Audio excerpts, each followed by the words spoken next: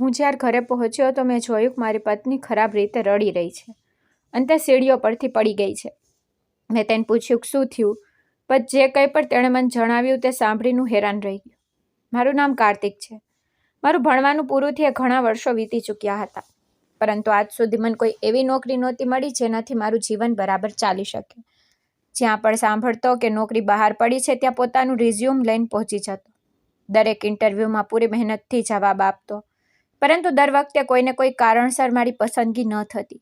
ક્યારેક અનુભવ ઓછો હોવાનું કહી દેવામાં આવતું તો ક્યારેક કોઈ બીજાને નોકરી મળી જતી. ધીમે ધીમે મેં આશા છોડવાનું શરૂ કરી દીધું, પરંતુ ઘર ચલાવવા માટે જે પણ નાનું મોટું કામ મળતું હું શરમ વાખ્યા વગર કરી લેતો.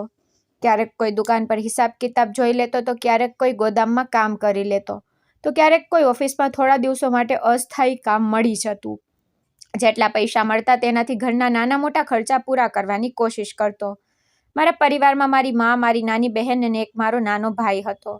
મારા પિતાજીનું ઘણા વર્ષો પહેલાં અવસાન થઈ ચૂક્યું હતું, તેથી ઘરની બધી જવાબદારી ગમે તે રીતે અમે બધા ભેગા મળી નિભાવી રહ્યા હતા.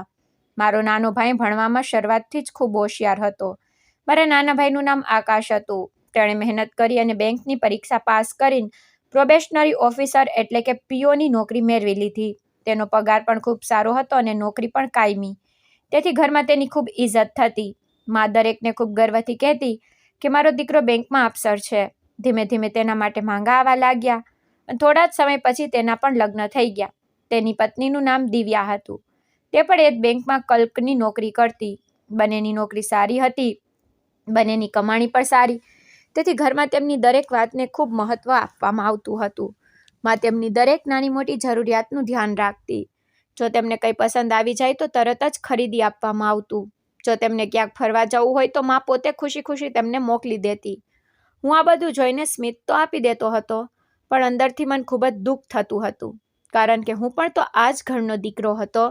મેં પણ તો ક્યારેય ઘરથી મોં નહોતું ફેરવ્યું. જેટલું બની શકતું હતું એટલી મદદ કરતો હતો, પરંતુ મારા ભાગે ક્યારેય ઇજ્જત ન આવી જે એક મોટા દીકરાને મળવી જોઈએ.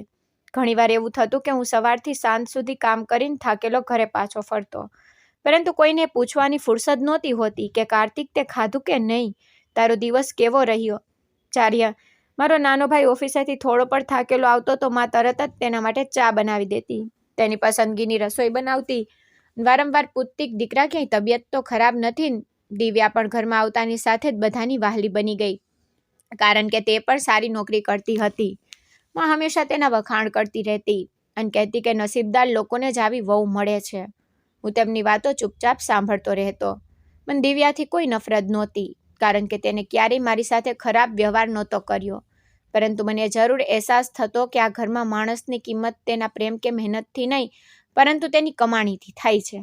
ઘણીવાર રાત્રે મારા રૂમમાં એકલો બેસીને હું એ જ વિચારતો હતો કે શું ખરેખર મારી કોઈ કિંમત નથી? શું ફક્ત એટલા માટે કે મારી નોકરી સારી નથી, તેથી હું ઘરમાં કોઈ સન્માનને લાયક પણ નથી? આ સવાલ મને રોજ અંદરથી તોડી નાખતો હતો, પરંતુ તેમ છતાં મેં ક્યારેય હાર ન માની. હું રોજ સવારે ફરી નવી આશા સાથે ઘરેથી નીકળતો અને વિચારતો કે કદાચ આજે મારું નસીબ બદલાઈ જાય, કદાચ આજે મને પણ કોઈ એવી નોકરી મળી જાય જેથી મારી મા એક દિવસ મારા પર પણ એવો જ ગર્વ કરી શકે જેવો આજે મારા નાના ભાઈ પર કરે છે. એક દિવસ હું ઇન્ટરવ્યૂ આપવા માટે જઈ રહ્યો હતો, ત્યારે જ મેં જોયું કે એક ઘરડી સ્ત્રી રસ્તાના કિનારે બેઠેલી હતી. તેના શ્વાસ ખૂબ ઝડપથી ચાલી રહ્યો હતો. જ્યારે મેં ધ્યાનથી જોયું તો ઓળખી ગયો કે તે અમારા જ મોહલ્લામાં રહેનારી હતી.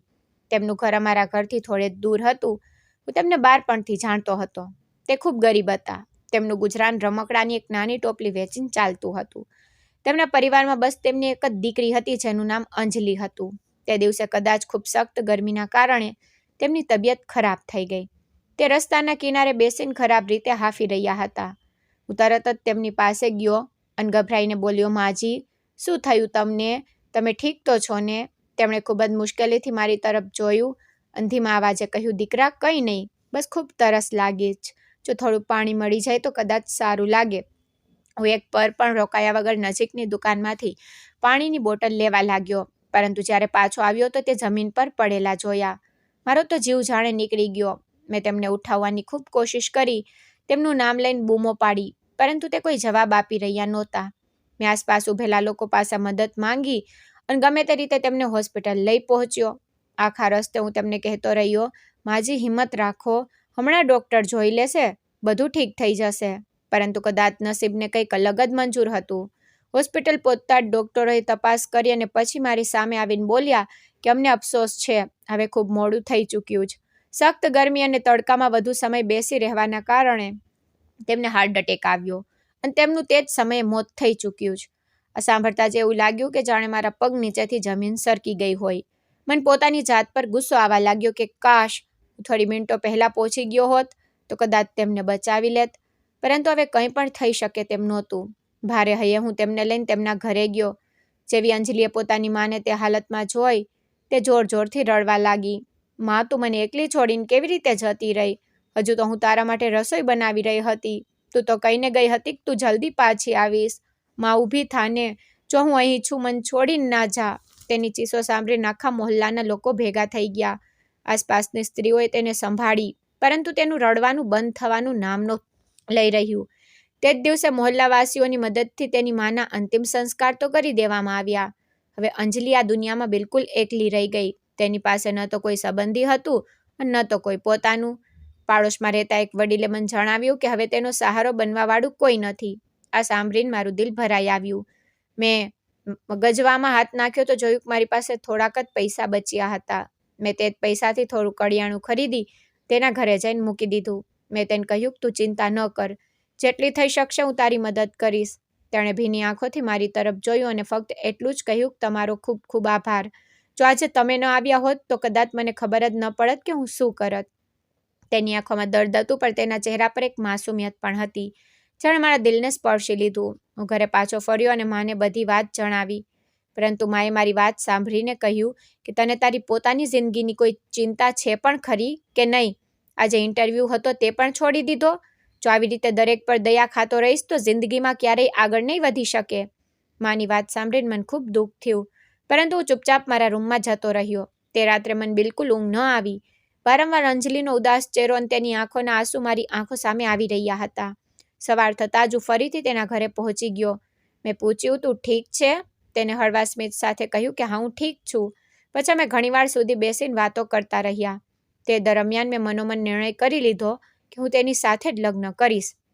મને તેની સુંદરતા કરતાં વધુ તેનું સીધું અને સાફ દિલ પસંદ આવ્યું હતું.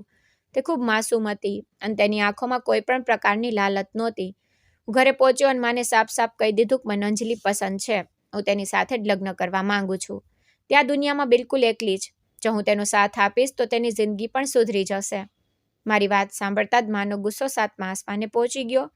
તેમણે કહ્યું કે શું પાગલ થઈ ગયો છે તું? એક ગરીબ છોકરીને આ ઘરની વહુ બનાવું? હું ક્યારેય નહીં માનું. તારી નાની વહુને જો, કેટલી ભણેલી ગણેલી છે, બેંકમાં નોકરી કરે છે. હું તારા માટે પણ કોઈ સારા ઘરની છોકરી શોધીશ. તું મારા ખાનદાનનું નામ ડૂબાવવા માંગે છે. પરંતુ મેં માને ખૂબ સમજાવવાની કોશિશ કરી કે માણસની ઓળખ તેના પૈસાથી નહીં પરંતુ તેના સંસ્કારથી થાય છે. પણ તેમણે મારી એક ન સાંભળી. ત્યારે મેં નિર્ણય કરી લીધો કે હવે હું અંજલિ સાથે કોર્ટ મેરેજ કરીશ. હું તેની પાસે ગયો અને મારા દિલની વાત જણાવી દીધી. પહેલાં તો તે ખૂબ ગભરાઈ ગઈ. તેને કહ્યું, તમારા ઘરના સંબંધ માટે ક્યારેય નહીં માને. હું ઈચ્છતી હતી કે મારી વહેલા તમારા ઘરમાં ઝઘડો થાય. મેં તેનો હાથ પકડીને કહ્યું કે તું મારી ચિંતા ન કર, હું બધું સંભાળી લઈશ. પહેલાં આપણે લગ્ન કરી લઈએ, પછી ધીમે ધીમે બધું ઠીક થઈ જશે. મારી વાત સાંભળીને તેને થોડી વાર વિચાર્યું અને આખરે હા પાડી દીધી. પછી હું તેને પોતાની સાથે કોર્ટ લઈ ગયો. ત્યારે મેં મારા 2 સૌથી સારા મિત્રોને પણ બોલાવી લીધા, જેથી તેઓ મારા લગ્નમાં સાક્ષી બની શકે. અમે અમારા બધા જરૂરી દસ્તાવેજો જમા કર્યા. અધિકારીએ અમારા બંનેને અલગ અલગ પૂછ્યું કે શું અમે પોતાની મરજીથી કોઈ પણ પ્રકારના દબાણ વગર લગ્ન કરી રહ્યા છીએ. અમે હા પાડી. પછી અમે રજિસ્ટર પર પોતાની સહી કરી. મારા બંને મિત્રોએ પણ સાક્ષી તરીકે સહી કરી અને બધી કાનૂની પ્રક્રિયા પૂરી થયા પછી અમારા કોર્ટ મેરેજ થઈ ગયા. તે ક્ષણે અંજલિએ હળવા સ્મિત સાથે મારો હાથ પકડી લીધો. તેની આંખોમાં પહેલીવાર ખુશી દેખાઈ રહી હતી. પરંતુ અમે બંને જાણતા હતા કે અસલી પરીક્ષા હજુ બાકી હતી. હવે અમારે ઘરે જઈને અમારા પરિવારના લોકોને બધું જણાવવાનું હતું. રસ્તામાં અંજલિ વારંવાર મને પૂછી રહી હતી કે જો તમારી માએ મને સ્વીકારવાની ના પાડી દીધી તો મેં તેને ભરોસો અપાવ્યો કે ગમે તે થાય હું તારો સાથ ક્યારેય નહીં છોડું. પછી અમે બંને ઘરે પહોંચ્યા. આખા રસ્તે અંજલિ બિલકુલ ચૂપ હતી. તેના ચહેરા પર ખુશી પણ હતી અને ડર પણ, કારણ કે તેને ખબર હતી કે હવે અમારા લગ્નની સૌથી મોટી પરીક્ષા શરૂ થવાની છે. જેવા અમે ઘરની બહાર પહોંચ્યા મેં ઊંડો શ્વાસ લીધો અને ડોરબેલ વગાડી દીધી. થોડી જ સેકન્ડો પછી અમારી નોકરાણીએ દરવાજો ખોલ્યો. તેને પહેલા મન જોયો, પછી અંજલિને જોઈ. તેની નજર જેવી જ અંજલિની સેથામાં ભરેલા સિંદૂર અને ગળામાં પડેલા મંગલસૂત્ર પર ગઈ તો તે એક પળ માટે હેરાન રહી ગઈ, પરંતુ કંઈ પણ બોલ્યા વગર એક બાજુ ખસી ગઈ અને અમને અંદર આવવા દીધા. અમે બંને ધીમે ધીમે હોલ તરફ આગળ વધ્યા. મારું દિલ ખૂબ ઝડપથી ધડકી રહ્યું હતું. મેં જોરથી બૂમ પાડી, માં, પિતાજી, જરા બધા લોકો હોલમાં આવી જાઓ, મારે આપ સૌ સાથે એક જરૂરી વાત કરવી છે. મારો અવાજ સાંભળીને ઘરના બધા લોકો પોતપોતાના રૂમમાંથી બહાર આવી ગયા. માં સોફા પર આવીને બેસી ગઈ. પિતાજી પર ત્યાં આવીને ઊભા રહી ગયા. મારો નાનો ભાઈ પણ ત્યાં જ ઊભો રહીને અમને જોવા લાગ્યો. બધાની નજર વારંવાર અંજલિ પર જઈ રહી હતી, કારણ કે કોઈને સમજાતું નહોતું કે આખરે આ છોકરી છે કોણ. મેં હિંમત કરીને કહ્યું, માં, આજે હું આપ સૌને એક વાત કહેવા માંગુ છું. મેં અંજલિ સાથે લગ્ન કરી લીધા છે. સાંભળતા જ આખા હોલમાં એવો સન્નાટો છવાઈ ગયો, જાણે કોઈએ સમયને થંભાવી દીધો હોય. થોડી પળ સુધી કોઈના મોઢામાંથી એક શબ્દ પણ ન નીકળ્યો. પછી માં અચાનક ગુસ્સામાં પોતાની જગ્યા પરથી ઊભી થઈ અને ઝડપી ડગલા ભરી મારી પાસે આવીને બોલી, તારી એટલી હિંમત કે તે અમારા વિરુદ્ધ જઈને લગ્ન કરી લીધા? આખરે એવો તો શું જાદુ કરી દીધો છે આ છોકરીએ તારા પર કે તને પોતાના મા બાપની ઇજ્જત પણ ન દેખાય? અમે તને આટલા વર્ષો પાળી પોષીને મોટો કર્યો અને બદલામાં તે અમને આ દિવસ બતાવ્યો. હું ચૂપચાપ તેમની વાતો સાંભળતો રહ્યો. ત્યારે દિવ્યા પણ આગળ આવી અને મેણા મારતા બોલી, કાર્તિકભાઈ, આ તમે શું કરી દીધું? આખરે આ કઈ ગરીબ છોકરીને આપણા ઘરે લઈ આવ્યા કે તમને અમારા ખાનદાનની ઇજ્જત અને સ્ટેટસનો બિલકુલ પણ ખ્યાલ ન આવ્યો? આ છોકરી આપણા જેવા પરિવારમાં કેવી રીતે રહેશે? અને તો મોટા ઘરની રીતભાત પણ નહીં આવડતી હોય. લોકો શું કહેશે કે આટલા મોટા ઘરમાં કેવી વહુ આવી ગઈ? તેની વાતો સાંભળીને અંજલિએ શર્મથી પોતાનું માથું વધારે નીચું કરી લીધું. તેની આંખોમાં આંસુ ભરાઈ આવ્યા, પરંતુ તેને એક શબ્દ પણ ન કહ્યો. ત્યારે જ મારો નાનો ભાઈ હસતા હસતા બોલ્યો, ભાઈ, પહેલા પોતાનો ખર્ચો તો જાતે ઉપાડી લો. હજી સુધી તો ઘરવાળાઓના પૈસા પર જ જીવી રહ્યા છો. ઉપરથી એક બીજી જવાબદારી ઉપાડી લાવ્યા. હવે આની પણ જવાબદારી માતા પિતાજી ઉપાડશે કે શું? તેની આ વાતો સાંભળીને મને ખૂબ ખરાબ લાગ્યું, પરંતુ મેં મારી જાતને સંભાળી અને શાંત અવાજે કહ્યું, હું જાણું છું કે હજુ મારી નોકરી નટ લાગી, પરંતુ હું સતત કોશિશ કરી રહ્યો છું. મને ભરોસો છે કે મને ખૂબ જલ્દી નોકરી મળી જશે. કોઈના પર બોજ બનીને રહેવા નથી માંગતો. બસ થોડા દિવસોનો સાથ જોઈએ, તે પછી હું મારું ઘર અલગ કરી લઈશ. મેં મારી મા તરફ જોતા કહ્યું, માં, હું તમારી પાસે બસ એટલી જ વિનંતી કરું છું કે અમને રહેવા માટે ઘરનો કોઈ નાનો રૂમ આપી દો. જ્યાં સુધી મને નોકરી નથી મળી જતી ત્યાં સુધી અમે ત્યાં રહી લઈશું. પછી હું તમને ક્યારેય પરેશાન નહીં કરું. માં થોડી વાર સુધી મને ઘૂરતી રહી, પણ તેને ગુસ્સામાં કહ્યું, ઠીક છે, જો તારે આ જ છોકરી સાથે રહેવું હોય તો રહે, પણ આ ઘરમાં તારા માટે કોઈ ઇજ્જત બચી નથી. સ્ટોરરૂમની બાજુમાં જે નાનો રૂમ છે, તમે બંને ત્યાં જઈને રહી શકો છો. બસ તેનાથી વધુ કોઈ વસ્તુની આશા ન રાખતો. તેમની વાત સાંભળીને મને દુઃખ તો ખૂબ થયું, પણ ઓછામાં ઓછું માથું ઢાંકવાની જગ્યા તો મળી ગઈ. મેં અંજલિ તરફ જોયું અને ધીમેથી કહ્યું કે ચાલ, આપણે ત્યાં જ રહી લઈશું. અમે બંને પોતાનો સામાન લઈને નાના રૂમ તરફ આગળ વધી ગયા. રૂમનો દરવાજો ખોલ્યો તો અંદર ધૂળ જામેલી હતી. જૂનો એક તૂટેલો ખાટલો પડ્યો હતો. એક ખૂણામાં જૂની કબાટ હતી અને છતનો પંખો પણ ખૂબ ધીમે ધીમે ચાલી રહ્યો હતો. રૂમમાં અંજવાળું પણ બરાબર આવતું નહોતું, પરંતુ તેમ છતાં મેં હસતા હસતા અંજલિને કહ્યું કે કંઈ વાંધો નહીં, આજે નાનો રૂમ છે, પરંતુ એક દિવસ આપણું પણ મોટું ઘર હશે. અંજલિએ મારી તરફ જોયું, પણ તેના આંસુ રોકાઈ જ નહોતા રહ્યા. તે ચૂપચાપ ખાટલા પર બેસી ગઈ અને રડવા લાગી. મેં તેની પાસે બેસીને તેનો હાથ પકડ્યો અને કહ્યું કે મને માફ કરી દે. તને લગ્ન પછી ખુશીઓ આપવાનો વાયદો કર્યો હતો, પરંતુ પહેલા જ દિવસે તારે આ બધું સહન કરવું પડી રહ્યું છે. તેને રડતા રડતા કહ્યું કે ના, એવી વાત ન કહો. મને મારા કોઈ મોટા ઘર કે મોંઘા સામાનની જરૂર નથી. મને બસ તમારો સાથ જોઈએ. પરંતુ મને વાતનું દુઃખ છે કે મારા કારણે તમારી માં તમારાથી નારાજ થઈ ગઈ. મેં તેના આંસુ લૂછ્યા અને કહ્યું, તું પોતાની જાતને ક્યારેય દોષ ન આપીશ. જેથી હું તે મારો નિર્ણય હતો અને હું મારા નિર્ણય પર ક્યારેય પસ્તાઈશ નહીં. હું તને દરેક હાલતમાં ખુશ રાખીશ, ભલે મારે ગમે તેટલી મહેનત કેમ ન કરવી પડે. પછી હું તેના માટે રસોડામાંથી પાણી લઈને આવ્યો. તેને પાણી પીધું, પરંતુ તેની આંખો હજુ પણ લાલ હતી. મેં તેને સમજાવી કે આજે જે લોકો આપણને મેણા મારી રહ્યા છે, એક દિવસ આ જ લોકો આપણા પર ગર્વ કરશે. બસ આપણે હિંમત ન હારવાની. મારી વાત સાંભળીને તેને ધીમેથી માથું હલાવ્યું. પછી અમે બંને મળીને એ નાના રૂમની સફાઈ શરૂ કરી દીધી. સાવરણી લગાવી, તેને જૂની વસ્તુઓ એક તરફ મૂકી. પછી અમે બંને મળીને રૂમને રહેવા લાયક બનાવ્યો. તે સમયે અમારી પાસે વધુ સામાન પણ નહોતો, બસ એક નાની બેગ અને થોડા કપડાં. પરંતુ તેમ છતાં અમે બંનેએ રૂમને પોતાનું ઘર માની લીધું. સાંજ થવા આવી ત્યારે જ નોકરાણી છુપી રીતે અમારા રૂમમાં આવી અને બોલી, ભાઈ, મેં તમારા બંને માટે થોડું જમવાનું રાખી દીધું છે, કારણ કે માલકીને કહ્યું છે કે આજથી તમારું જમવાનું અલગ બનશે. પણ મને તમારા બંને પર દયા આવી ગઈ એટલે હું આ જમવાનું લઈ આવી. તેની વાત સાંભળીને મેં તેનો આભાર માન્યો અને જમવાનું અંદર રાખી લીધું. જમવાનું ખૂબ સાદું હતું, પરંતુ તે સમયે તે અમારા માટે કોઈ દાવતથી ઓછું નહોતું.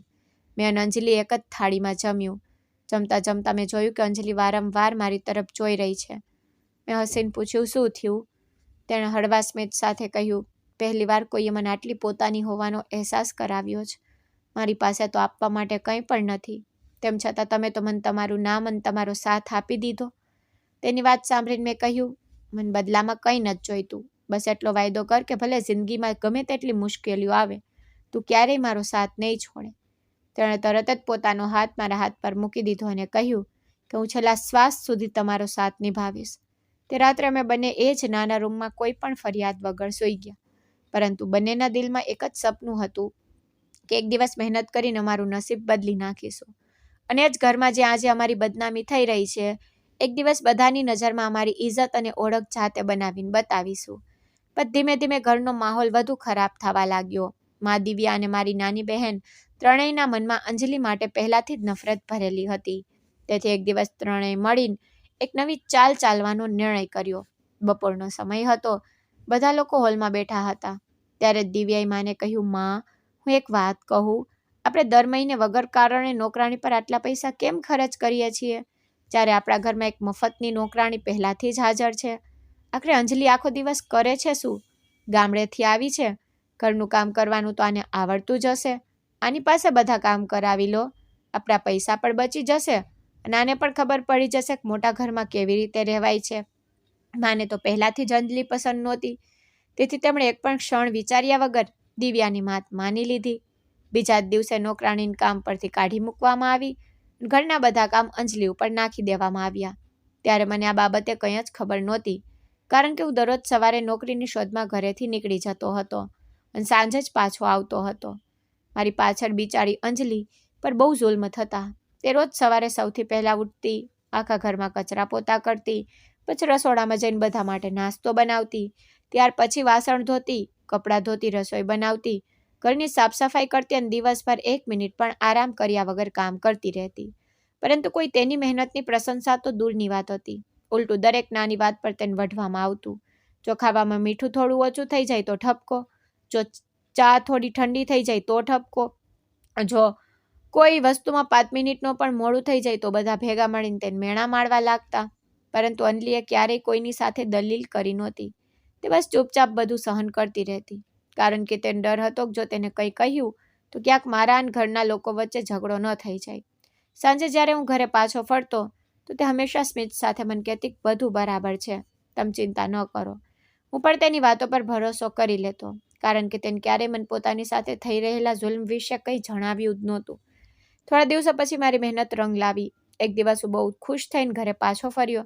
મારા ચહેરા પર સ્મિત હતું.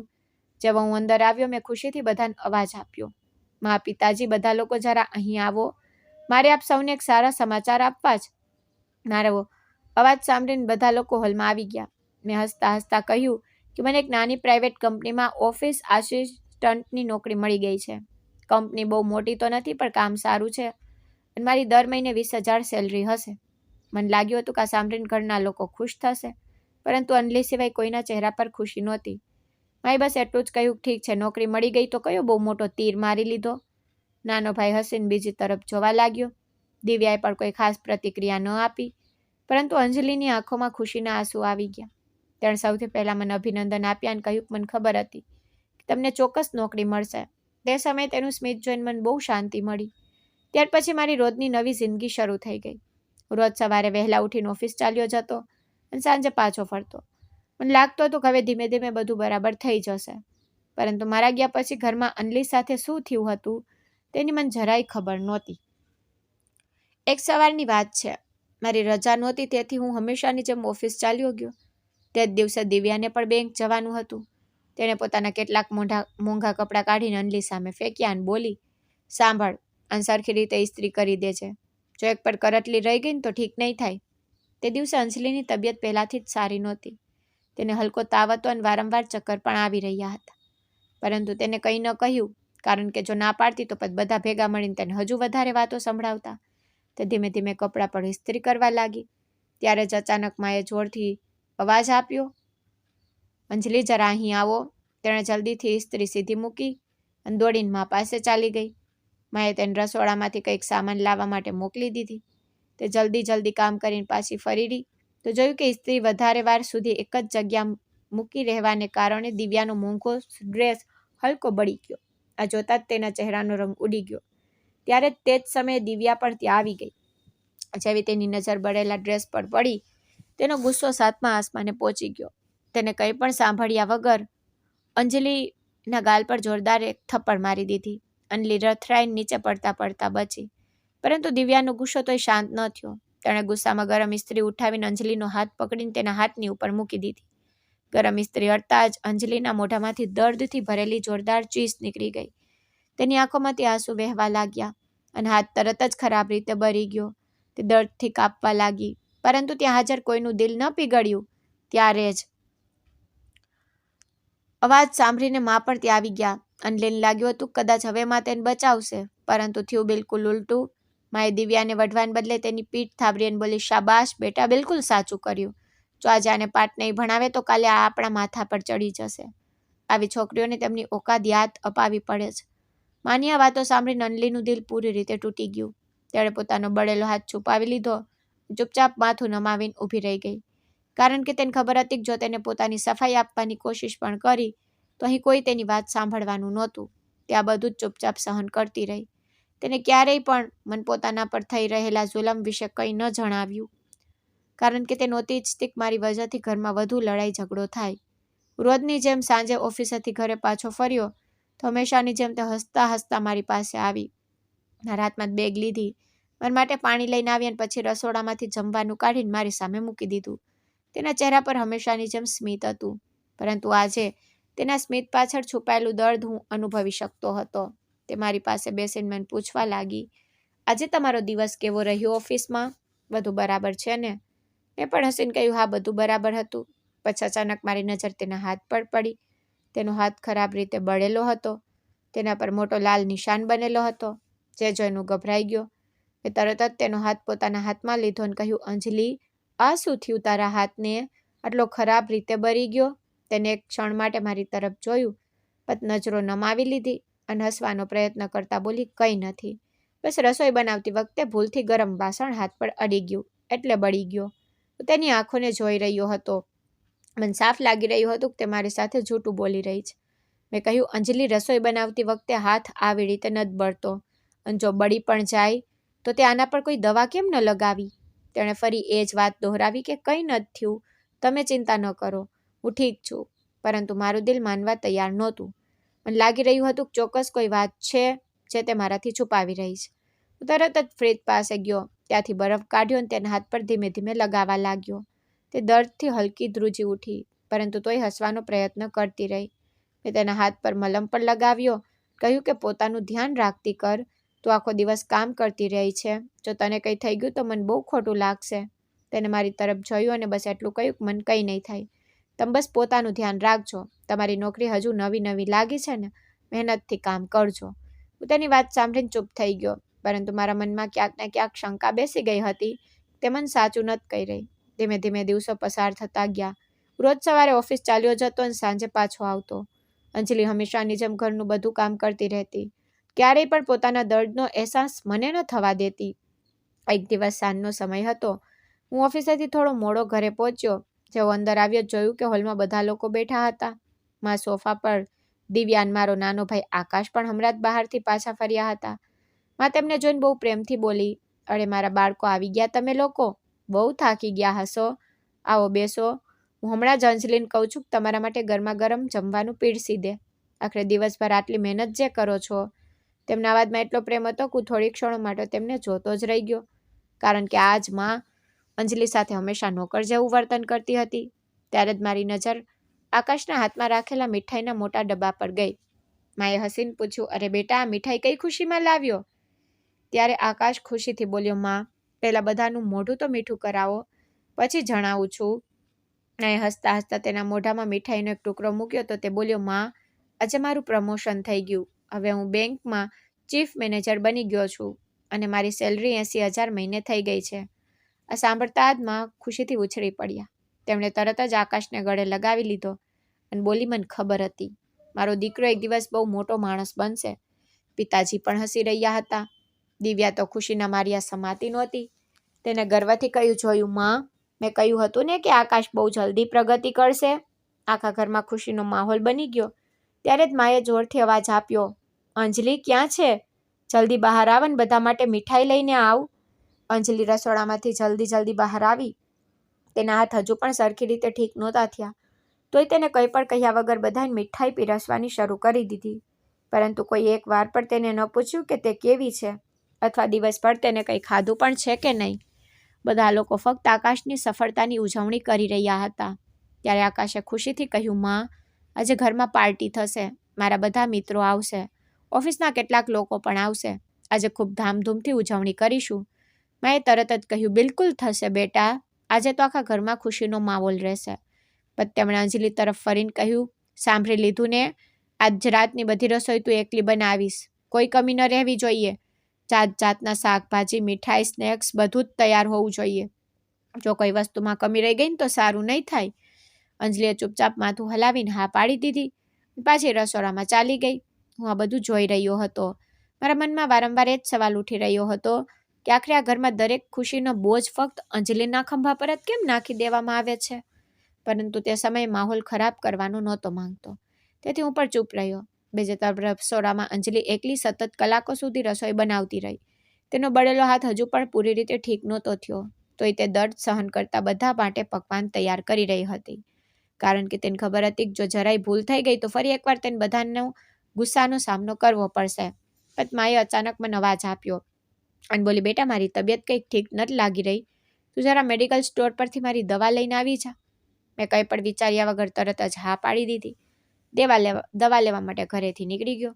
મને બિલકુલ પણ અંદાજો નહોતો કે મારા જતાં જ અંજલિ સાથે ફરી કંઈક ખોટું થવાનું જ. અહીં ઘરમાં સવારથી જ પાર્ટીની તૈયારી ચાલી રહી હતી અને અંજલિ એકલી આખા ઘરનું કામ સંભાળી રહી હતી. તેને સવારથી એક બટકું પણ ખાધું નહોતું. પહેલાં આખા ઘરની સફાઈ કરી, પછી બધા માટે નાસ્તો બનાવ્યો, ત્યારબાદ બપોરનું જમવાનું, પછી સાંજની પાર્ટીની તૈયારી. સતત કલાકો સુધી રસોડામાં ઊભા રહેવાને કારણે તેનું શરીર જવાબ આપવા લાગ્યું. તેને વારંવાર ચક્કર આવી રહ્યા હતા. તેના આંખોની આગળ અંધારું છવાવા લાગ્યું. પરંતુ તોય તે કોઈક રીતે પોતાને સંભાળીને કામ કરતી જતી હતી. ત્યારે તે લથડાઈ અને લગભગ પડવાની જ હતી કે માએ તેને જોઈ લીધી. માં તરત જ દિવ્યા પાસે ગઈને ધીમા અવાજે બોલી, બેટા, જો આણે સવારથી કંઈ ખાધું નથી. જો આ અત્યારે બેહોશ થઈને મહેમાનોની સામે પડી ગઈ તો આપણી બદનામી થશે. જાન થોડું ઘણું જે બચેલું જમવાનું છે એ જ આપી દે, જેથી કામ કરવા લાયક રહે. માને તેની સેહતની નહીં પણ પોતાની ઇજ્જતની ચિંતા હતી. દિવ્યાએ ગુસ્સાથી અંજલિ તરફ જોયું. પછી રસોડામાંથી થોડું બચેલું શાક એક પ્લેટમાં નાખીને તેની સામે મૂકી દીધું અને બોલી, આજ ખાઈ લે, વધારે નખરા ન બતાવતી. અંજલિએ કંઈ પણ બોલ્યા વગર એ પ્લેટ ઉઠાવી લીધી, કારણ કે તેને સાચે જ બહુ ભૂખ લાગી હતી. ત્યારે તે જ સમયે દિવ્યાની બેંકમાં સાથે કામ કરવાવાળી તેની એક બહેનપણી પર ઘરે આવી ગઈ. તેણે અંદર આવતા જ અંજલિને જોઈ, જે રસોડાના ખૂણામાં બેસીને બચેલું જમવાનું ખાઈ રહી હતી. તેણે નવાઈ પામીને પૂછ્યું, અરે દિવ્યા, આ કોણ છે? મેં તો આને પહેલાં ક્યારેય ન જોઈ. દિવ્યા એક પણ ક્ષણ વિચાર્યા વગર હસીને બોલી, અરે આ તો અમારા ઘરની નવી નોકરાણી છે. અમારી જૂની નોકરાણી પોતાના ગામ ચાલી ગઈ એટલે થોડા દિવસ માટે આને કામ પર રાખી લીધી. તેની વાત સાંભળીને તેની બહેનપણીએ બસ એટલું જ કહ્યું, અચ્છા. પછી થોડીવાર બેસીને બાકીના લોકોથી મળીને ચાલી ગઈ. અંજલિ આ બધું સાંભળ્યું પણ હંમેશાની જેમ ચૂપ રહી. તેની આંખોમાંથી આંસુ સતત વહી રહ્યા હતા. ત્યારે હજુ દવા લઈને ઘરે પાછો પહોંચ્યો. જેવો અંદર આવ્યો તો મેં વિચાર્યું પહેલાં રસોડામાં જઈને જોઈ લઉં કે અંજલિએ જમ્યું કે નહીં. હું જેવો કિચનમાં પહોંચ્યો જ સામેનું દ્રશ્ય જોઈને મારા પગ નીચે જમીન સરકી ગઈ. મારી પત્ની એક ખૂણામાં બેઠેલી બચેલું જમવાનું ખાઈ રહી હતી. તેની આંખોમાંથી આંસુ પડી રહ્યા હતા. તેના ચહેરા પર અપમાન સાફ દેખાઈ રહ્યું હતું.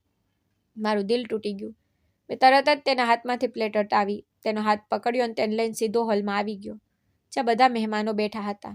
મેં ગુસ્સામાં ઊંચા અવાજે કહ્યું, માં, આ બધું શું થઈ રહ્યું છે? અમારી પત્ની છે, આ ઘરની વહુ, કોઈ નોકરાણી નથી?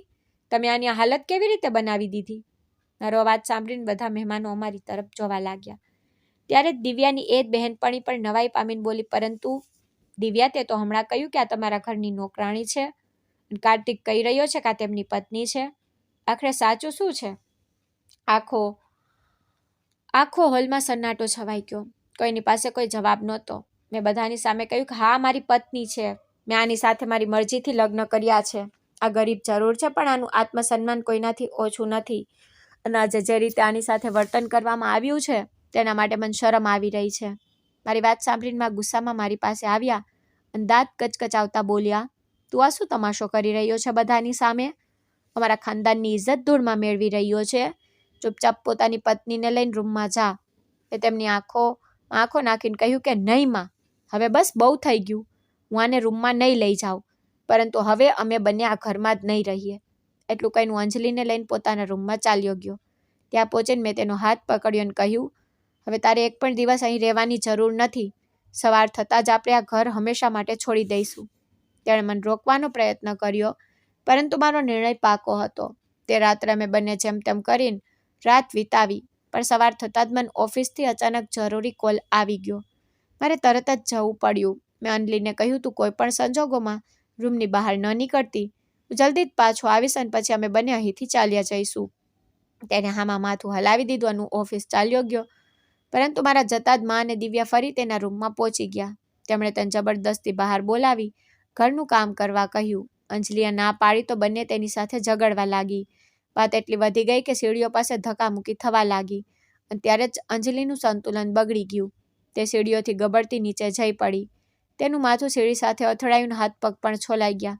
દર્દથી તેની ચીસ નીકળી ગઈ, પરંતુ કોઈએ તેને ઉઠાવવાનો પ્રયત્ન ન કર્યો. સાંજે જ્યારે હું ઓફિસથી ઘરે પાછો ફર્યો તો ઘરની અંદર આવતા જ મેં જોયું અંજલિ સીડીઓની નીચે બેઠેલી રડી રહી હતી. તેના માથામાંથી હલકું લોહી નીકળી રહ્યું હતું. તેના ચહેરા પર દર્દ સાફ દેખાઈ રહ્યું હતું. હું તેની પાસે દોડીને ગયો. તેને સંભાળી અને ગભરાઈને પૂછ્યું કે આ બધું કેવી રીતે થયું? કોણે કર્યું તારી સાથે? તેને હંમેશાની જેમ જૂઠું બોલી દીધું. બોલી કંઈ નથી, મારો પગ લપસી ગયો. તેની આંખોમાં જોતા કહ્યું, નહીં અંજલિ, મારાથી જૂઠું ન બોલ, હું તને ઓળખું છું. ત્યારે જ મારી નજર ઉપર ઉભેલી માં અને દિવ્યા પર ગઈ. તેમના ચહેરા જોઈને મને બધું સમજાઈ ગયું. હું ગુસ્સામાં તેમની પાસે પહોંચ્યો અને કહ્યું, માં, તમે લોકો આટલા પથ્થરદિલ કેવી રીતે હોઈ શકો? તે ગરીબ છોકરી, એનો મતલબ એ નથી કે તેની સાથે જાનવરો જેવું વર્તન કરવામાં આવે. લોકો તો જાનવરો પર પણ એટલો જુલ્મ નથી કરતા જેટલો તમે મારી પત્ની પર કર્યો છે. તમે તેને સીડીઓથી ધક્કો દીધો છે. પરંતુ માં અને દિવ્યા બંને ચૂપ રહ્યા. મેં એક ક્ષણ પર ત્યાં રોકાવું યોગ્ય ન સમજ્યું. હું તરત જ અંજલિને લઈને ડૉક્ટર પાસે ગયો. ડૉક્ટરે તેને માથા પર પટ્ટી કરી દવાઓ આપી અને આરામ કરવાની સલાહ આપી દીધી. ત્યાંથી પાછા આવતા જ મેં અંજલિને કહ્યું, પોતાનો સામાન બાંધી લે. હવે આપણે અહીં 1 મિનિટ પણ નહીં રોકાઈએ. તે કંઈ પણ બોલ્યા વગર પોતાનો નાનો એવો બેગ ઉઠાવ્યો અને અમે બંને ઘરની બહાર નીકળવા લાગ્યા. ત્યારે જ ગેટ પર માં અને મારો નાનો ભાઈ આકાશ ઊભા થઈ ગયા. માએ ગુસ્સાથી કહ્યું, જો તું આ ઘરમાંથી બહાર જઈ રહ્યો છે તો હંમેશા માટે ચાલ્યો જા અને યાદ રાખજે, આજ પછી આ ઘરની એક પણ વસ્તુ પર તારો કોઈ હક નહીં રહે. તને મારી જાયદાદમાંથી 1 રૂપિયો પણ નહીં મળે. તેમની વાત સાંભળીને મને દુઃખ જરૂર થયું, પણ મેં ડર્યા વગર જવાબ આપ્યો, મને તમારી દોલત જોતી પણ નથી. મને મારી મહેનત પર ભરોસો છે અને જ્યાં સુધી આ ઘરનો સવાલ, આજ પછી હું ક્યારેય પાછું વળી નહીં જોઈશ પણ નહીં. એટલું કહીને મેં અંજલિનો હાથ મજબૂતીથી પકડ્યો અને પાછળ જોયા વગર હંમેશા માટે ઘરમાંથી નીકળી ગયો. કારણ કે હવે મારા માટે સૌથી મોટી દોલત મારું આત્મસન્માન અને મારી પત્નીનું સન્માન હતું. અંજલિએ મારો હાથ મજબૂતીથી પકડ્યો અને હસતા હસતા બોલી, તમે બિલકુલ ચિંતા ન કરો. મારી પાસે ભલે મોટું ઘર નથી, પરંતુ મારી માનું એક નાનું ઘર છે. આપણે બંને ત્યાં જઈને રહીશું. ઘર કાચું છે, દિવાલો પણ જૂની છે અને છત પણ જગ્યાએથી તૂટેલી જ, પરંતુ ત્યાં આપણું કોઈ અપમાન નહીં કરે. આપણે બંને મહેનત કરીશું અને આપણી નવી જિંદગી શરૂ કરીશું. તેની વાતો સાંભળીને મારા ચહેરા પર પણ થોડી આશા પાછી આવી. મેં કહ્યું, મને મહેલોની જરૂર નથી, બસ તારો સાથ જોઈએ. પછી અમે બંને ત્યાં પહોંચી ગયા. ઘર સાચે જ બહુ નાનું હતું. દરવાજો પર જૂનો, દિવાલો પર જગ્યાએ તિરાડો હતી. ઘણા દિવસોથી બંધ રહેવાને કારણે ચારે તરફ ધૂળ જામી ગઈ હતી. પરંતુ અંજલિ અંદર પગ મૂકતા જ કહ્યું, આ જ આપણું ઘર છે અને જોજો, એક દિવસ આપણે આને પણ બહુ સુંદર બનાવી દઈશું.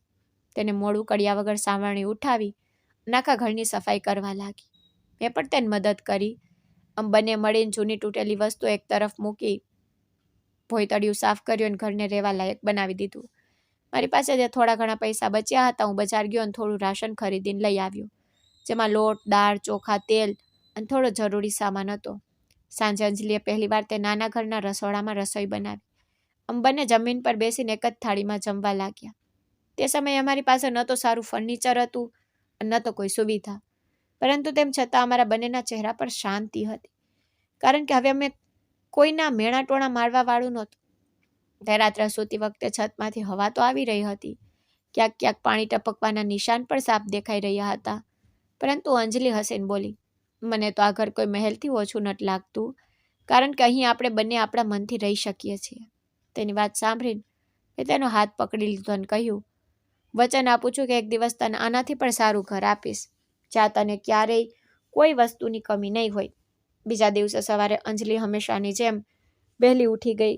તેને ઘરની બહાર આંગણામાં પાણી છાંટ્યું, પછી ચા બનાવી અને મને જગાડીને બોલી, ઝડપથી તૈયાર થઈ જાઓ, તમારે ઓફિસ પણ જવાનું જ. હું પણ તૈયાર થઈને નાસ્તો કરીને ઓફિસ જવા નીકળ્યો. રસ્તામાં હું આજ વિચારી રહ્યો હતો કે હવે ધીમે ધીમે બધું ઠીક થવા લાગશે, પરંતુ કદાચ કિસ્મત હજુ અમારી વધુ પરીક્ષા લેવા માંગતી હતી. હું હંમેશાની જેમ સમયસર ઓફિસે પહોંચ્યો, પરંતુ આજે ત્યાંનો માહોલ બિલકુલ અલગ હતો. બધા કર્મચારીઓ એક જગ્યાએ ભેગા થઈને અંદરો અંદર ધીમે ધીમે વાતો કરી રહ્યા હતા. બધાના ચહેરા પર ચિંતા સાફ દેખાઈ રહી હતી. મને કંઈ સમજ ન આવ્યું. ત્યાં થોડીવાર પછી કંપનીના માલિક બહાર આવ્યા. તેમણે અમને બધાને મીટિંગ માટે બોલાવી લીધા. અમે બધા હોલમાં જઈને ઊભા રહી ગયા. માલિકનો ચહેરો ખૂબ ઉદાસ હતો. તેમણે ઊંડો શ્વાસ લેતા કહ્યું, મિત્રો, મને બહુ દુઃખ સાથે એક જરૂરી વાત જણાવી પડી રહી છે કે છેલ્લા કેટલાક મહિનાઓથી આપણી કંપની સતત ખોટમાં ચાલી રહી છે. કામ બહુ ઓછું થઈ ગયું છે અને ખર્ચ ઉપાડવો મુશ્કેલ થઈ ગયો છે. અમે કંપનીને બચાવવાનો બહુ પ્રયત્ન કર્યો, પરંતુ હવે મજબૂરીમાં અમારે કેટલાક કર્મચારીઓને નોકરીમાંથી કાઢવા પડી રહ્યા છે. તેમની વાત સાંભળીને આખા હોલમાં સન્નાટો છવાઈ ગયો. દરેક વ્યક્તિ ડરી ગઈ કે ખબર નહીં કોનું નામ આવવાનું છે. પણ તેમણે એક એક કરીને કેટલાક નામ વાંચવાના શરૂ કર્યા. અચાનક મેં મારું નામ સાંભળ્યું. મારા કાનને જેમ કે વિશ્વાસ જ ન થયો. હું થોડી ક્ષણો માટે બિલકુલ શાંત ઊભો રહી ગયો. મેં ક્યારેય મારા કામમાં બેદરકારી નહોતી કરી. હું સમયસર ઓફિસ આવતો અને પૂરી ઈમાનદારીથી કામ કરતો, છતાં પર કંપનીની મજબૂરીને કારણે મારી નોકરી જતી રહી. માલિક મારી પાસે આવ્યા અને બોલ્યા, કાર્તિક, અમને તારા કામથી ક્યારેય કોઈ ફરિયાદ નથી રહી, પરંતુ પરિસ્થિતિ એવી છે કે અમે મજબૂર છીએ. જો ભવિષ્યમાં કંપનીની સ્થિતિ ઠીક થશે તો સૌથી પહેલાં તને પાછો બોલાવવામાં આવશે. તેમણે મને છેલ્લા મહિનાનો પગાર અને કેટલાક જરૂરી કાગળો આપ્યા. મેં ભારે હૈયે તેમનો આભાર માન્યો અને મારો નાનો સામાન સમેટીને ઓફિસની બહાર નીકળી આવ્યો. બહાર સડક પર ઊભા રહીને ઘણીવાર સુધી શાંત રહ્યો. મારા મગજમાં બસ એક જ વાત ઘૂમી રહી હતી કે હવે ઘર કેવી રીતે ચાલશે. અંજલિને શું કહીશ? તેને આટલી મુશ્કેલીઓ પછી હસવાનું શરૂ કર્યું હતું. જો તેને ખબર પડશે કે મારી નોકરી પણ જતી રહી છે તો તેને કેટલું દુઃખ થશે. હું ધીમે ધીમે ઘર તરફ ચાલવા લાગ્યો. રસ્તામાં મારી નજરે દરેક દુકાન પર પડી રહી હતી, જ્યાં લોકો પોતાના પરિવાર માટે સામાન ખરીદી રહ્યા હતા. આનું વિચારી રહ્યો હતો કે હવે અમારા ઘરનું રાશન કેવી રીતે આવશે, કરિયાણાનું ઉધાર કેવી રીતે ચૂકવીશ અને આવનારા દિવસોમાં શું થશે. પરંતુ પછીની ક્ષણે મને અંજલિની વાત યાદ આવી. જ્યારે તેને કહ્યું હતું કે આપણે બંને સાથે છીએ તો કોઈ પણ મુશ્કેલી મોટી નથી. બસ તે જ વાત મને થોડી હિંમત આપી. મેં મારા આંસુ રોકી લીધા અને મનોમન નિર્ણય કર્યો કે ભલે ગમે એટલી મુશ્કેલીઓ કેમ ન આવે, હું હાર નહીં માનું. હું ફરીથી નોકરી શોધીશ, દિવસ રાત મહેનત કરીશ, પરંતુ અંજલિની આંખોમાં ફરી આંસુ નહીં આવવા દઉં. આજ વિચારતા વિચારતા હું ભારે પગલે મારા નાના ઘર તરફ વધવા લાગ્યો, જ્યાં મને ખબર હતી કે કોઈ મારી રાહ જોઈ રહ્યું છે અને મને જોઈને હંમેશાની જેમ હસીને આજ પૂછશે કે તમારો દિવસ કેવો રહ્યો. હું ભારે હૈયે ઘરે પહોંચ્યો. જેવો મેં દરવાજો ખોલ્યો, અંજલિ હંમેશાની જેમ હસતા હસતા મારી પાસે આવી, પરંતુ મારા ચહેરાની ઉદાસી જોતા જ તે સમજી ગઈ કે નક્કી કંઈક ખોટું થયું છે. તેણે ધીમેથી પૂછ્યું, શું વાત છે? તમે આટલા પરેશાન કેમ દેખાઈ રહ્યા છો? મેં તેની સામે બેસીને તેને પૂરી વાત જણાવી દીધી કે કંપની બંધ થવાની હાલતમાં હતી અને મને નોકરીમાંથી કાઢી મૂકવામાં આવ્યો છે. મારી વાત સાંભળીને તે થોડી ક્ષણો માટે શાંત રહી. પછી બીજી જ ક્ષણે તેણે મારો હાથ પકડી લીધો અને હસીને બોલી, તમે બિલકુલ ચિંતા ન કરો. ઉપરવાળો એક રસ્તો બંધ કરે ને તો બીજો રસ્તો પણ ખોલી દે છે. આપણે બંને સાથે છીએ ને, પણ ડર શેનો? હું જાણું છું કે તમે મહેનતુ છો. તમે બહુ જલ્દી બીજી નોકરી મળી જશે. તેની વાતોએ મારા તૂટેલા ઉત્સાહને ફરીથી બેઠો કરી દીધો. ઘરમાં થોડું ઘણું રાશન રાખેલું હતું અને મારી પાસે પણ થોડા પૈસા બચ્યા હતા. એટલા માટે એમ નક્કી કર્યું કે જ્યાં સુધી નવી નોકરી નથી મળતી ત્યાં સુધી જેમ તેમ કરીને કામ ચલાવીશું. ધીમે ધીમે થોડા દિવસો વીતવા લાગ્યા. ઘરના ખર્ચાઓ વધી રહ્યા હતા, પરંતુ આવક બિલકુલ નહીં. એવામાં અંજલીએ પોતે જ એક રસ્તો કાઢી લીધો. તેને બાળપણથી સિલાઈનું કામ આવડતું હતું. તેણે મોહલ્લાની સ્ત્રીઓના કપડાં સીવવાનું શરૂ કરી દીધું. પહેલાં 1-2 લોકો આવ્યા, પણ ધીમે ધીમે તેની સિલાઈના વખાણ આખા મોહલ્લામાં ફેલાઈ ગયા. હવે રોજ કોઈને કોઈ નવા કપડાં આપવા આવી જતું. તેને જે થોડા ઘણા પૈસા મળતા તેનાથી જ ઘરનો ખર્ચ ગમે તે રીતે ચાલવા લાગ્યો. બીજી તરફ હું પણ રોજ સવાર વહેલો નીકળી જતો અને આખા શહેરમાં નોકરીની શોધ કરતો. ઘણી જગ્યાએ ઇન્ટરવ્યૂ આપ્યા, ઘણી જગ્યાએ રિજેક્ટ થયો, પરંતુ મેં હિંમત ન હારી. આખરે ઘણા દિવસોની મહેનત પછી મને એક નાની કપડાની ફેક્ટરીમાં ડેટા એન્ટ્રી ઓપરેટરની નોકરી મળી ગઈ. મારો પગાર માત્ર 15,000 મહિને, પરંતુ તે સમયે મારા માટે આ જ બહુ મોટી વાત હતી. મારું કામ કોમ્પ્યુટરમાં રોજનો રેકોર્ડ અપડેટ કરવાનું, નવા ઓર્ડરની માહિતી નોંધવાનું, માલ આવવાને જવાનો હિસાબ લખવાનો, સ્ટોકનો રેકોર્ડ સંભાળવાનો, બિલની એન્ટ્રી કરવાની અને ફેક્ટરીની ઓફિસનું બાકીનું જરૂરી કોમ્પ્યુટરવાળું કામ જોવાનું હતું. નોકરી નાની જરૂર હતી, પરંતુ ઈમાનદારીથી મહેનત કરવાની તક મળી ગઈ હતી. મને લાગ્યું કે હવે ધીમે ધીમે અમારી જિંદગી ફરીથી ઠારે પડી જશે. આથી મારી રોજની દિનચર્યા નક્કી થઈ ગઈ. હું સવારે વહેલો ઉઠતો, અંજલિ મારા માટે ચા અને સાદો નાસ્તો બનાવતી. પછી હું ફેક્ટરી ચાલ્યો જતો અને તે ઘરે સિલાઈનું કામ કરતી રહેતી. સાંજે જ્યારે હું પાછો ફરતો તો અમે બંને બેસીને દિવસભરની વાતો કરતા અને આવનારા સમય વિશે સપના જોતા. એક સાંજે જ્યારે હું કામ પરથી પાછો ઘરે પહોંચ્યો, જોયું અંજલિ જમીન પર બેઠી હતી. તેની સામે કેટલાક પુસ્તકો ખુલેલા હતા. તેના હાથમાં એક જાડું પુસ્તક હતું જેનું નામ હતું ભારતીય રાજ્ય વ્યવસ્થા. તેની પાસે ઇતિહાસ, ભૂગોળ, અર્થવ્યવસ્થા, સામાન્ય અધ્યયન અને બીજા ઘણા પુસ્તકો પણ રાખેલા હતા. હું હેરાન થઈને તેની પાસે બેસી ગયો. હસતા હસતા પૂછ્યું, અંજલિ, આ કેવા પુસ્તકો છે? તું શું વાંચી રહી છે? મારી વાત સાંભળીને તેણે ધીમેથી પુસ્તક બંધ કર્યું અને થોડી ક્ષણો સુધી શાંત બેસી રહી, જાણે વિચારી રહ્યું કે મને બધું જણાવે કે નહીં. પછી તેને ધીમા અવાજે કહ્યું, મેં 12મા ધોરણ પછી બહુ મુશ્કેલીથી મારું ગ્રેજ્યુએશન પૂરું કર્યું હતું. મારું હંમેશાથી એક સપનું હતું કે હું યુપીએસસીની તૈયારી કરું અને એક દિવસ આઈએએસ ઓફિસર બનું, જેથી આગળ જઈને કલેક્ટર બની શકું. પરંતુ આપણી આર્થિક હાલત એટલી ખરાબ હતી કે માં 2 ટકની રોટલી મેળવવા માટે દિવસ રાત મહેનત કરતી. મારી પાસે કોચિંગ કરવા સુધીના પૈસા નહોતા. મોંઘા પુસ્તકો ખરીદવા તો બહુ દૂરની વાત હતી. એટલા માટે જ મારે મારું સપનું અધવચ્ચે જ છોડવું પડ્યું અને મા સાથે કામ કરવાનું શરૂ કરવું પડ્યું. પરંતુ સાચું કહું તો આજે પણ તે સપનું મારા દિલમાં જીવંત છે. હું આજે પણ ભણવા માંગુ છું અને એક દિવસ પોતાના દમ પર કલેક્ટર બનવા માંગુ છું. તેની વાતો સાંભળીને થોડી વાર સુધી તેને જોતો જ રહી ગયો. મને વિશ્વાસ જ નહોતો આવી રહ્યો કે જે છોકરીને મારા ઘરના લોકો અભણ, ગવાર અને ગરીબ કહીને તેનું અપમાન કરતા હતા, તે આટલી ભણેલી, ગણેલી, સમજદાર અને મોટા સપના જોનારી હતી. મારી આંખોની સામે એક પળ માટે બધું બદલાઈ ગયું. અંજલિએ મારી તરફ જોતા કહ્યું, મને માફ કરી દેજો. મેં તમને અત્યાર સુધી આ વાત ન જણાવી. હું તમને ધોકો આપવા નહોતી માંગતી, પરંતુ ક્યારેય મોકો જ ન મળ્યો કે હું મારા વિશે તમને બધું જણાવી શકું. મેં તરત જ તેનો હાથ પકડી લીધો અને હસતા હસતા કહ્યું, માફી શેની અંજલિ? આજે તો મને તારા પર પહેલાં કરતાં પણ વધુ ગર્વ થઈ રહ્યો છે. તે આટલું મોટું સપનું જોયું અને આટલી મુશ્કેલ પરિસ્થિતિમાં પણ તેને પોતાના દિલમાંથી ખતમ ન થવા દીધું. આજ તો તારી સૌથી મોટી તાકાત છે. જો તારું સપનું કલેક્ટર બનવાનું છે તો હવે આ સપનું માત્ર તારું નથી, મારું સપનું છે. આપણે બંને મળીને આને પૂરું કરીશું. મારી વાત સાંભળતા જ તેની આંખોમાં આંસુ આવી ગયા. તેને ધીમેથી કહ્યું, પરંતુ આ રસ્તો બહુ મુશ્કેલ હોય છે. આના માટે વર્ષો સુધી મહેનત કરવી પડે છે. પહેલાં યુપીએસસીની તૈયારી કરવી પડે છે અને દેશ દુનિયાના રોજના સમાચારો પર નજર રાખવી પડે છે. દરરોજ અખબાર વાંચવું પડે છે. કરંટ એફર્સ યાદ રાખવા પડે છે. ઉત્તરો લખવાની પ્રેક્ટિસ કરવી પડે છે. પછી પ્રિલિમ્સ પરીક્ષા પાસ કરવી પડે છે અને ત્યાર પછી મેન્સ પરીક્ષા અને પછી ઇન્ટરવ્યૂ. જો બધું સારી રીતે થઈ જાય અને સારો રેન્ક આવે ત્યારે જ આઈએએસ સેવા મળે છે અને તેના પછી આગળ જઈને કલેક્ટર બનવાનો મોકો. હું તેની દરેક વાત ધ્યાનથી સાંભળી રહ્યો હતો. પણ મેં એક પણ ક્ષણ વિચાર્યા વગર કહ્યું, રસ્તો ગમે તેટલો મુશ્કેલ કેમ ન હોય, જો મંજિલ સચ્ચાઈ ભરેલી હોય તો માણસ ચોક્કસ પહોંચે છે. હું બહુ નથી કમાતો, પણ જેટલું કમાઈશ ને તેમાંથી સૌથી પહેલાં તારા ભણતર પાછળ ખર્ચ કરીશ. જરૂર પડશે તો હું ઓવરટાઈમ કરીશ, બીજી નોકરી પણ કરી લઈશ, પરંતુ તારું સપનું ક્યારેય તૂટવા નહીં દઉં.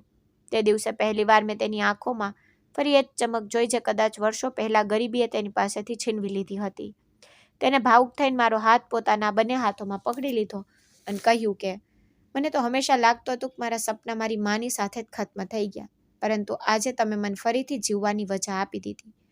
હવે હું પૂરી મહેનત કરીશ અને એક દિવસ તમને તમારા નિર્ણય પર ગર્વ અનુભવાવીશ. મેં હસીને કહ્યું, મને તો આજે પણ તારા પર ગર્વ છે. અને જે દિવસે તું કલેક્ટર બનીશ ને તે દિવસે આખી દુનિયાને ખબર પડી જશે કે કોઈ માણસની ઓળખ તેના પૈસા કે તેના ઘરથી નહીં, પરંતુ મહેનત, તેની હિંમત અને તેના સપનાઓથી થાય છે. તે રાત્રે અમારા નાના કાચા ઘરમાં લાઇટ વારંવાર જઈ રહી હતી. રૂમમાં માત્ર એક નાની ફાનસ સળગી રહી હતી, પરંતુ તે હળવા પ્રકાશમાં પણ અમને અમારું ભવિષ્ય સાફ દેખાઈ રહ્યું હતું. કારણ કે હવે અમારી પાસે દોલત નહોતી, પણ આશા હતી. અને ઘણીવાર જિંદગી બદલવા માટે આશા જ સૌથી મોટી તાકાત હોય છે. બીજા જ દિવસે મેં મારો પહેલો પગાર અને થોડી ઘણી બચત ભેગી કરીને અંજલિ માટે યુપીએસસીના બધા જરૂરી પુસ્તકો મંગાવી દીધા. જ્યારે પુસ્તકોના મોટા મોટા બોક્સ ઘરે પહોંચ્યા તો અંજલિ તેમને જોઈને થોડીવાર સુધી શાંત ઊભી રહી. તેની આંખોમાં ખુશીના આંસુ હતા. તેને ધીમેથી એક પુસ્તક પોતાની છાતી સરસું ચાપી દીધું અને બોલી, મને ક્યારેય નહોતું લાગ્યું કે એક દિવસ હું ફરીથી મારા સપનાની શરૂઆત કરી શકીશ. મેં હસીને કહ્યું, અત્યારે હવે પાછળ વળીને ન જો, હવે બસ મંજિલ તરફ જો. તે જ દિવસે તેને એક નોટબુક કાઢી અને પોતાનું આખું ટાઈમ ટેબલ બનાવ્યું. તેણે નક્કી કર્યું કે તે દરરોજ સવારે 4 વાગે ઉઠશે. સૌથી પહેલાં 2 કલાક ભણશે, પછી ઘરનું કામ, સિલાઈનું કામ કરશે, ત્યાર પછી ફરીથી ભણશે. સાંજે મારા ઓફિસથી આવ્યા પછી અમે બંને સાથે બેસીને દિવસભરની તૈયારી પર વાત કરીશું. તેને ખબર હતી કે મજબૂત પાયા વગર મોટી ઇમારત નથી બનતી. દરેક પ્રકરણ વાંચ્યા પછી તે પોતાના હાથે નોટ્સ બનાવતી, જરૂરી વાતો અલગ કોપીમાં લખતી અને રોજ જૂના ટોપિક દોહરાવતી. આની સાથે જ તેણે રોજ અખબાર વાંચવાનું શરૂ કરી દીધું. દેશ દુનિયાના સમાચાર વાંચતી, જરૂરી ઘટનાઓની નોટ્સ બનાવતી અને કરંટ એફેર્સની અલગ ફાઇલ તૈયાર કરતી. ધીમે ધીમે તેણે ભારતીય સંવિધાન, આધુનિક ઇતિહાસ, ભારતીય અર્થવ્યવસ્થા અને સાથે જ તેણે રોજ અખબાર વાંચવાનું શરૂ કરી દીધું. દેશ દુનિયાના સમાચાર વાંચતી અને જરૂરી ઘટનાઓની નોટ્સ બનાવતી અને કરંટ એફેર્સની અલગ ફાઇલ તૈયાર કરતી. રોજ ફેક્ટરીમાં કામ કરતો અને પાછા ફરતી વખતે તેના માટે ક્યારેક નવી કોપી, ક્યારેક પેન, તો ક્યારેક કોઈ નવું પુસ્તક લઈને આવતો. કારણ કે મને ખબર હતી કે આ ખર્ચ નહીં, પરંતુ અમારા ભવિષ્યમાં કરવામાં આવેલું રોકાણ છે. ઘણી વખત તો એવું પણ થતું કે ઘરનો ખર્ચ ચલાવવો મુશ્કેલ થઈ જતો, પરંતુ અમે ક્યારેય તેનો અભ્યાસ અટકવા ન દીધો. મહિનાઓની મહેનત પછી જ્યારે તેની તૈયારી પૂરી થઈ ગઈ તો તેણે યુપીએસસી સિવિલ સેવા પરીક્ષાનું ઓનલાઈન ફોર્મ ભરી દીધું. જે દિવસે તેણે ફોર્મ સબમિટ કર્યું તે દિવસે તેના હાથ હળવા હળવા ધ્રુજી રહ્યા હતા. તેણે ઉપરવાળાની સામે હાથ જોડીને બસ એટલું જ કહ્યું કે મને મારી મહેનતનું ફળ જરૂર આપજો. કેટલાય મહિનાઓ પછી તેની પહેલી એક્ઝામ થઈને, જે પ્રિલિમ્સ કહેવામાં આવે છે. પરીક્ષાવાળા દિવસે હું તેને સેન્ટર સુધી છોડવા ગયો. મેં હસીને કહ્યું, ડરતી નહીં, તે જેટલી મહેનત કરી છે ને તેનું ફળ જરૂર મળશે. તેને આત્મવિશ્વાસ સાથે પરીક્ષા આપી અને પછી રિઝલ્ટની રાહ જોવાનું શરૂ થઈ ગયું. જે દિવસે પ્રિલિમ્સનું રિઝલ્ટ આવ્યું, અમારા બંનેના ધબકારા ઝડપી હતા. તેણે ધ્રુજતા હાથે વેબસાઇટ ખોલી અને જેવું જ પોતાનો રોલ નંબર જોયો, તેની આંખોમાંથી આંસુ નીકળી પડ્યા. તેને આ પરીક્ષા પાસ કરી લીધી હતી. તે દિવસે અમારી ખુશીનો કોઈ પાર નહોતો, પરંતુ અમને ખબર હતી કે અસલી પડકાર હજી બાકી જ. આ પછી તેણે આગામી લગભગ 3 મહિના ફક્ત મેન્સ પરીક્ષાની તૈયારીમાં લગાવી દીધા. હવે તે રોજ કલાકો સુધી ઉત્તર લખવાની પ્રેક્ટિસ કરતી હતી, સમય જોઈને સવાલ હલ કરતી, જૂના પ્રશ્નપત્રો બનાવતી અને પોતાની ભૂલને સુધારતી. આખરે મેન્સ પરીક્ષાનો દિવસ પણ આવી ગયો. તેને પૂરા આત્મવિશ્વાસ સાથે બધા પેપર આપ્યા, પણ કેટલાય મહિનાઓ સુધી રિઝલ્ટની રાહ ચાલતી રહી. અને જ્યારે મેન્સનું રિઝલ્ટ આવ્યું તો તેમાં પણ તેનું નામ. હવે ફક્ત છેલ્લો પડાવ એટલે કે ઇન્ટરવ્યૂ બાકી હતો. ઇન્ટરવ્યૂની તૈયારી દરમિયાન તે દેશની રાજકીય, પ્રશાસન, સમાજ, અર્થવ્યવસ્થા અને વર્તમાન ઘટનાઓ પર કલાકો સુધી ચર્ચા કરતી. હું પણ જેટલી થઈ શકે એટલી તેની મદદ કરતો. આખરે ઇન્ટરવ્યૂનો દિવસ પણ આવી ગયો. બોર્ડના સભ્યોએ તેને તેના અભ્યાસ, તેના જીવન સંઘર્ષ, તેના નિર્ણય લેવાની ક્ષમતા, પ્રશાસનિક વિચાર અને સમાજ સાથે જોડાયેલા કેટલાય સવાલો પૂછ્યા. તેને ગભરાયા વગર પૂરા આત્મવિશ્વાસ અને સાદગી સાથે દરેક સવાલનો જવાબ આપ્યો. થોડા સમય પછી ફાઇનલ રિઝલ્ટ જાહેર થયું. તે દિવસે અમે બંને સવારથી જ બેચેન હતા. જેવું જ રિઝલ્ટ આવ્યું, તેણે ધ્રુજતા ધ્રુજતા પોતાનો રોલ નંબર શોધ્યો. બીજી ક્ષણે ખુશીથી બૂમ પાડી ઉઠી, કાર્તિક! મારું નામ આવી ગયું, હું આઈએએસ બની ગઈ. તેનો અવાજ સાંભળતા જ મારી આંખોમાં પણ આંસુ આવી ગયા. મેં તેને ગળે લગાવી દીધી. તે દિવસે એવું લાગી રહ્યું હતું કે જાણે અમારી વર્ષોની મહેનત એક ક્ષણમાં રંગ લાવી ગઈ હોય. તે પછી તેની ટ્રેનિંગ શરૂ થઈ. તેને ઉત્તરાખંડના મસૂરીની રાષ્ટ્રીય પ્રશાસન એકેડમી મોકલવામાં આવી.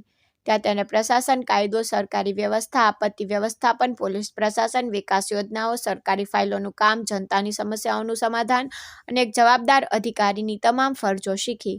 વચ્ચે વચ્ચે તેને અલગ અલગ જિલ્લાઓમાં પણ પ્રશિક્ષણ માટે મોકલવામાં આવી, જ્યાં તેણે અનુભવી અધિકારીઓ સાથે કામ કરીને શીખ્યું કે એક જિલ્લાનું પ્રશાસન કેવી રીતે ચલાવવામાં આવે છે.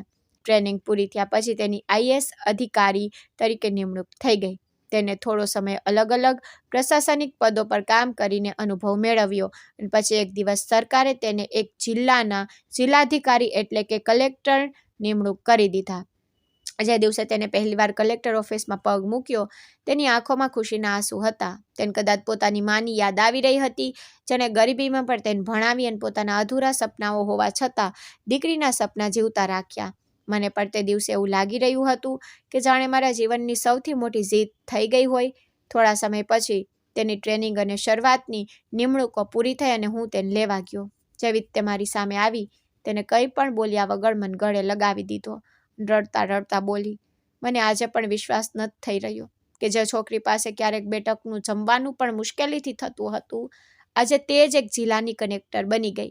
મેં હસીને કહ્યું, તારું સપનું પૂરું થઈ ગયું. તેને મારી તરફ જોઈને કહ્યું, નહીં કાર્તિક, આ ફક્ત મારું સપનું નહોતું. જો તે દિવસે તમે મારો હાથ ના પકડ્યો હોત, જો તમે મારા પર ભરોસો ના કર્યો હોત, જો તમે મારા માટે દિવસ રાત મહેનત ના કરી હોત, તો હું ક્યારેય અહીં સુધી ના પહોંચી શકી હોત. આપણા બંનેની જીત છે. થોડા દિવસો પછી સરકાર તરફથી તેને રહેવા માટે એક મોટો સરકારી બંગલો મળ્યો. જ્યારે અમે પહેલીવાર તે બંગલાની અંદર ગયા તો થોડી ક્ષણો સુધી શાંતિથી ઊભા રહ્યા. અમને અમારું તે નાનું અમથું કાચું ઘર યાદ આવી ગયું, જ્યાં છત ટપકતી, જ્યાં અમે એક પ્લેટમાં જમતા, જ્યાં અંધારામાં ફાનસના અંજવાળામાં સપના જોયા હતા. આજે ઉપરવાળાએ તે જ સપનાઓને હકીકત બનાવી દીધા. બીજા દિવસે અખબારના પહેલા પાના પર અંજલિની મોટી તસવીર છપાઈ અને તેની નીચે લખ્યું હતું કે ગરીબ પરિવારની દીકરીએ પોતાની મહેનત અને લગનથી IAS બનીને આખા જિલ્લાનું નામ રોશન કર્યું. આ સમાચાર મારા જૂના ઘરે પણ પહોંચ્યા. થોડા દિવસો પછી મારી મા, મારો નાનો ભાઈ આકાશ અને દિવ્યા અમારા સરકારી બંગલાની બહાર આવીને ઊભા હતા. તેમણે ગાર્ડને કહ્યું કે તેમણે અમને મળવું છે. જ્યારે ગાર્ડની અંદર આવીને જણાવ્યું તો હું અને અંજલિ બંને બહાર આવ્યા. માની આંખોમાં આંસુ હતા. તેમણે અંજલિની સામે હાથ જોડી દીધા અને ધ્રુજતા અવાજે કહ્યું, દીકરી, અમને માફ કરી દે. અમે તને ક્યારેય સમજી જ નહીં. અમે તમારી ગરીબી જોઈને તમારી ઇજ્જત ના કરી, પરંતુ આજે સમજાયું કે માણસની અસલી ઓળખ તેના પૈસાથી નહીં, પરંતુ તેના સંસ્કાર, તેની મહેનત અને તેના ચરિત્રથી થાય છે. હું થોડી વાર સુધી ચૂપ ઊભો રહ્યો. પછી મેં શાંત અવાજે કહ્યું, માં, આજે તમને અંજલિની યાદ એટલે આવી કારણ કે આજે તે કલેક્ટર બની ગઈ છે. જો આજે પણ તે ગરીબ હોત તો શું તમે તેને અપનાવવા આવત? મારા આ સવાલ પછી ત્યાં ઘેરો સન્નાટો છવાઈ ગયો. કોઈની પાસે કોઈ જવાબ નહોતો. બધાની નજર ઝૂકી ગઈ. ત્યારે જ અંજલિ આગળ વધી. તેણે માના જોડાયેલા હાથ ધીમેથી નીચે કર્યા અને બોલી, હું કોઈનાથી નફરત નથી કરતી. જે વીતી ગયું તેને બદલી શકાતું નથી, પરંતુ આપ સૌને ફક્ત એક જ વાત કહેવા માંગુ છું કે ક્યારેય પણ કોઈ ગરીબ માણસને તેની ગરીબીના કારણે નાનો ન સમજો, કારણ કે મહેનત કરવાવાળો માણસ એક દિવસ પોતાનું નસીબ જાતે લખી નાખે છે. તેની આ વાત સાંભળીને માં રડી પડી. તેમણે અંજલિને ગળે લગાવી લીધી. આકાશ અને દિવ્યા પર શરમથી માથું ઝુકાવીને ઊભા રહ્યા. તે દિવસે મને પહેલીવાર અહેસાસ થયો કે જિંદગીની સૌથી મોટી જીત ફક્ત મોટા ઓફિસર બનવામાં નથી હોતી, પરંતુ તે લોકોની વિચારસરણી બદલવામાં હોય છે, જે ક્યારેક માણસની કિંમત તેના પૈસાથી આંકતા હતા. અને તે જ દિવસે આપણા જીવનના સંઘર્ષની વાર્તા એક નવી શરૂઆત સાથે પૂરી નહીં, પરંતુ સફળ થઈને આગળ વધી ગઈ. ધન્યવાદ.